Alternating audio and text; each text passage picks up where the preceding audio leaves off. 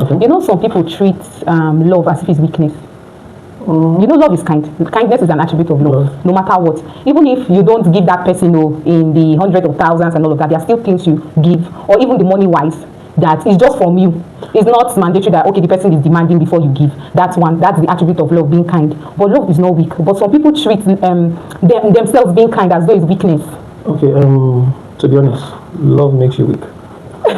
If we're being honest, because let's say you're dating someone, and weakness comes in different folds and different shades and different shapes. If I'm in love with you as my partner, and I happen to see you with another man, and he's making you smile or laugh in public, I'm offended. I do not know at that moment the context of why you are laughing. But me getting offended and my countenance changes, it's a sign of weakness. Okay. If you as a lady sees another lady, maybe touching your man and he's all not even pushing her, you get offended, and weakness comes in actions and reactions. So you tend to be moody when you guys get to the house, and you may not even want to tell him that this is what I saw, or this is what is my pain at this moment. You just expect him to supernaturally know that you are offended by what he did not know you saw. So when you check about it, love makes you weak, and the truth is, the love we have these days is just a special grace of God that we tend to have the love that is genuine now, because love in the society, let's say especially in Nigeria, this period in the world, because it was in the Western world, it was. Let's say we still have a little bit of culture and morality in our relationship, but slowly we are losing it. You see, ladies treat a man as an ATM point where she can have 5, 6, 7 guys she's dating at the same time. It happens at the same time, all for the fact that she wants to be financially stable. Maybe Mr. A is the one taking care of feeding Mr. B, and there are guys too that do these things. There's I'm just calling random names, no offense to anybody. There's Angela, there's Natasha, there's Precious, there's Naomi, there's Cynthia, there's Grace. The list is going on. And he tends to play his game very smoothly and just to get from this, and he calls himself a sharp guy. And when you call that, now that is not love, that is being weak. That is being weak. Like I say, it's a two-way street. That is being weak. One, like I said, it's action and reaction.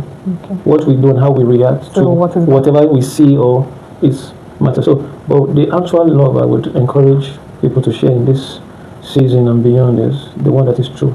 I still believe one man to a woman is the best way to go. I still believe that, and it's still very possible. Very possible, yeah. It's still very possible. So even if you are weak, be weak for one person. If not, imagine you're weak for 5 people, you're finished. Be weak for one person. I should be, and communication again is something that would help that weakness, because if I tend to be offended by maybe you're laughing too hard for another man, it's natural. I come to you, the way you were laughing for that guy, I don't like him. So that even if whatever you guys were discussing was extremely funny, even if it was extremely, maybe it's like a world-class joke of the century, laugh to mine better than his own. And I don't want to see you smiling ear to ear for another man. So that they hear. It should be me. And when we learn to communicate this little thing, we shouldn't, like for guys, please, we shouldn't be the hard man when it comes to relationship. If you want your babe to be like your most gracious or fan, like maybe your supporter, you say it to her. Like, communicate what you want to see to her. So basically, that should be it. Wow, this section has been really awesome. All right, I was thinking that, although like you said, there are different ways to these things. You know, there are some persons that when they're in a relationship with you, they want you to go out of your way to get things for them. And you yielding alone, that's weakness for me. Yielding to manipulation. Even if you're in love, there's a place to say no. And you have your reason, as long as it is genuine and you know that this person in question. Some people even ignore red flags because of maybe they don't want to lose that person, or they've stayed too long in the relationship and all of that. So that is being too extreme, you know, being weak and not being decisive and all of that. But are we saying it is a normal thing? If I may, we have to understand that some people have this low self-esteem naturally, and I wonder who gave them that. I know it's not from God.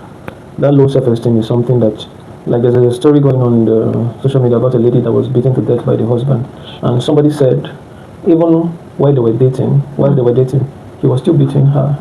But somehow, I think the landlord or the landlady said, in quote, that she asked the girl to leave the relationship that the next thing she saw was the girl was not even greeting her again. So that low self-esteem comes from a place of fear, comes from a place of lack, and comes from a place of want. If you are loved, if you're loved at home, you won't take shit from no one. If you're cared for at home, you won't endure disrespect from anyone. That's true. So having an awareness of I am self-worth, yes, I am important, I am relevant, I am needed. Having that mindset that me itself, I'm a human being. It's enough to push you. So whenever you're in a relationship, the manipulation card, men play it, ladies play it. Yeah, so it's a two-way street.